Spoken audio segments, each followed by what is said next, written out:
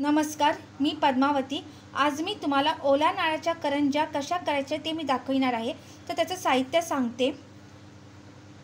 इथे मी ह्याच वाटीच्या मापाने बरोबर 1 वाटी ओल्या नारळाचं खोबरं खोवून घेतलं आहे। ह्याच वाटीच्या मापाने बरोबर अर्धी वाटी गूळ किसून घेतला आहे। अर्धा चमचा हळद पावडर घेतली आहे। पाव चमचा वेलची पावडर घेतलेली आहे। हे झालं सारणाचे साहित्य। इथे मी गव्हाच्या पिठाचा गोळा मळून घेतलेला आहे। जसे चपातीसाठी आपण गव्हाच्या पिठाचा गोळा मळून घेतो त्याच पद्धतीने मी इथे गव्हाच्या पिठाचा गोळा मळून घेतलेला आहे। तरी मी त्याची कृती सांगते। सर्वप्रथम परातीमध्ये मी अर्धा वाटी पाणी घातलं, त्यात पाव चमचा मीठ घातलं। त्याच्यानंतर मी बरोबर 2.5 वाटी मी गव्हाचे पीठ घातले, 2 चमचे तेल घातले आणि नंतर मावेल तितकं पाणी घालून पिठाचा गोळा छान मळून घेतलेला आहे। तर आता आपण कृती करायला घेऊया। तर आता आपण सारण करायला घेऊया। इथे मी गॅसवर कढई गरम करत ठेवली होती, ती गरम झालेली आहे। आता कढईमध्ये सर्वप्रथम आपण गूळ घालूया।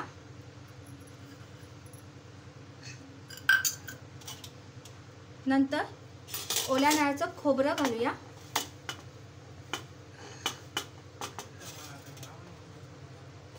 हळद पावडर घालूया, वेलची पावडर घालूया आणि आता मिश्रण छान एकजीव करून घेऊया। आता मिश्रण व्यवस्थित एकजीव होईपर्यंत आपण असंच परतत राहायचं आहे। हे बघा, अशा पद्धतीने 5 ते 10 मिनिटं असंच परतत राहायचं आहे। तर 5 मिनिटं झालेली आहेत। मिश्रण छान एकजीव झालेलं आहे। आता मी गॅस काढत आहे। आता आपण या सारणाला थोडं थंड होऊ देऊया आपण। तर सारण थंड झालेलं आहे। आता एका प्लेटमध्ये काढून घेते सारण। तर इथे मी पोलपाट आणि लाटणं घेतलेलं आहे। तर आता आपण करंज्या करायला घ्यायचं आहे। तर त्याच्या आधी 2 चमचे तेल हातावर घेऊन तेलाचा हात पिठाच्या गोळ्या लावून शेवटचं एकदा मळून घ्यायचं आहे।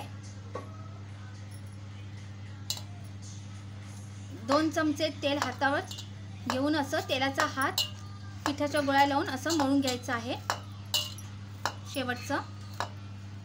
आणि मळून घेतल्यानंतर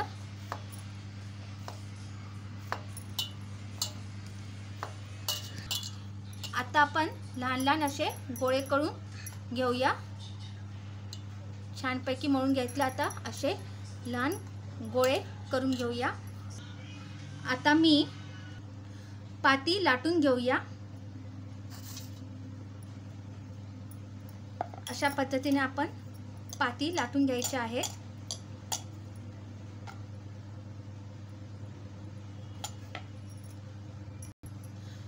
तर हे बघा, अशा पद्धतीने पाती लाटून घ्यायच्या आहेत। आता अजून मी अशाच पद्धतीने 4 पाती लाटून घेणार आहे। तर 5 पाती अशा छान लाटून घेतलेल्या आहेत। आता आपण सारण भरूया आणि करंज्या करूया।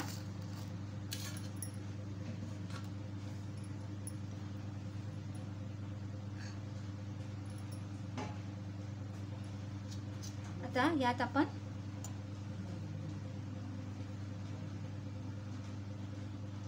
सारण भरूया।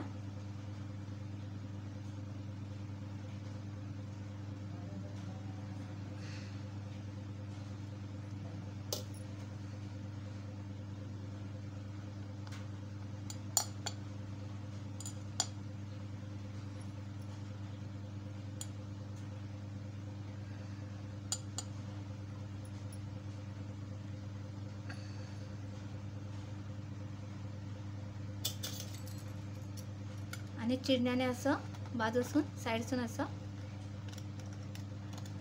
कापून घेऊया आणि असं हे बाजूचं असं काढून घेऊया। अशा पद्धतीने आपण सगळ्या करंज्या करून घेणार आहोत। तर अशा पद्धतीने मी 5 करंज्या करून घेतलेल्या आहेत। आता आपण तेलात तळूया। तर इथे मी गॅसवर कढईमध्ये तेल गरम करत ठेवलं होतं। ते तेल गरम झालेलं आहे। आता आपण करंज्या तळून घेऊया।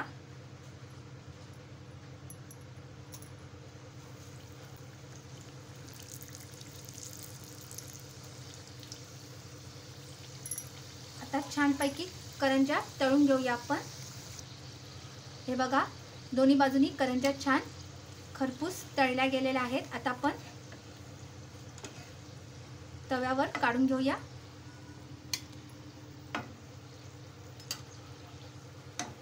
अशाच उरलेल्या करंज्या तळून घेऊया। तर सगळ्या करंज्या तळून झालेल्या आहेत। तर अशा पद्धतीने कोकणामध्ये मालवणी लोक ओल्या नारळाच्या करंज्या रक्षाबंधनला आवर्जून घरी करतात। तर तुम्हाला माझा व्हिडिओ आवडला असेल तर लाईक करा। धन्यवाद।